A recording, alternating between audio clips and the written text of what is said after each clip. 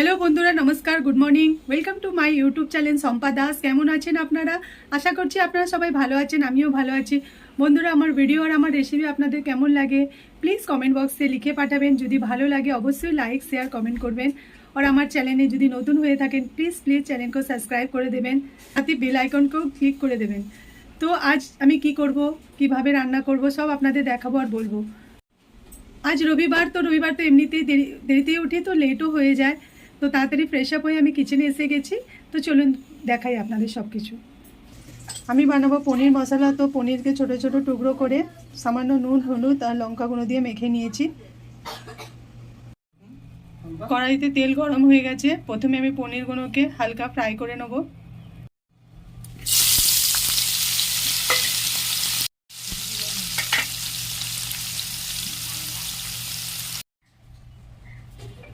পনির ভাজার পর ওই তেলে অ্যাড করে দেবো জিরে, পেঁয়াজ,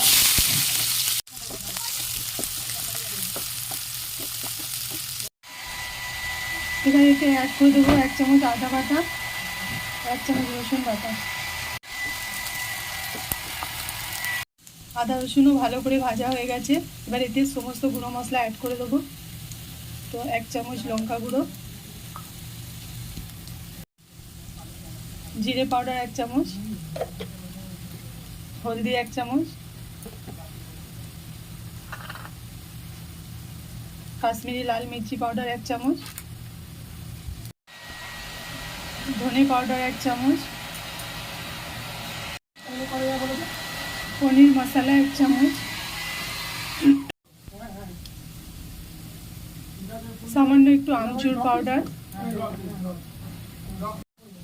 সামান্য একটু কালো মরিচ পাউডার,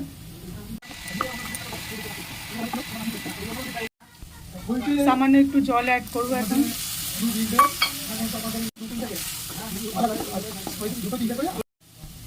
দিয়ে একটা কাঁচা লঙ্কা অ্যাড করে দেবো।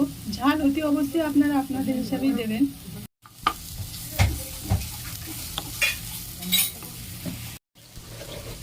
এবার এতে অ্যাড করে দেবো টমেটো পেস্ট,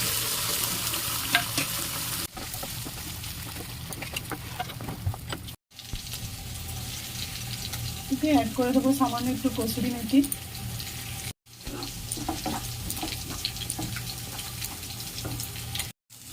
মশলা ভালো করে রেডি হয়ে গেছে, তেলও ছুটে গেছে। এবার আমি এতে অ্যাড করে দেবো জল,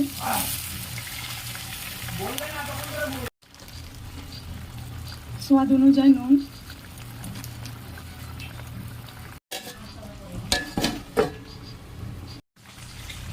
গ্রেভিতে ভালো করে ফুট ধরে গেছে। এবার এতে অ্যাড করে দেবো ফ্রাই করা পনিরগুলো।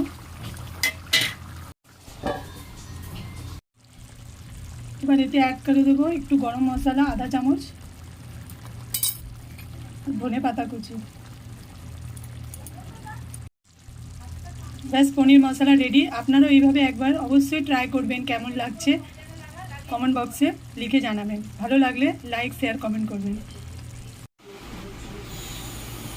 আজ বানিয়েছি পনির মশলা, চিকেন কারি, ডাল, সাথে রুটি আর ভাত তো থাকবেই। আজ ব্যাস এইটাই বানিয়েছি, আর কিছু বানানো হয়নি। বন্ধুরা, আমাদের রান্না কমপ্লিট হয়ে গেছে। আর এখন অনেক লেটও হয়ে গেছে। রবিবার তো আমাদের এমনিতে লেটই হয়ে যায়। তো আশা করছি আপনারা সবাই খেয়ে নিয়েছেন। যারা খাননি তারা আমাদের কাছে চলে আসুন, একসাথে খাওয়া দাওয়া হবে। তো আমরাও যাচ্ছি খেতে। তো এখন প্রায় 2:30 বাজে।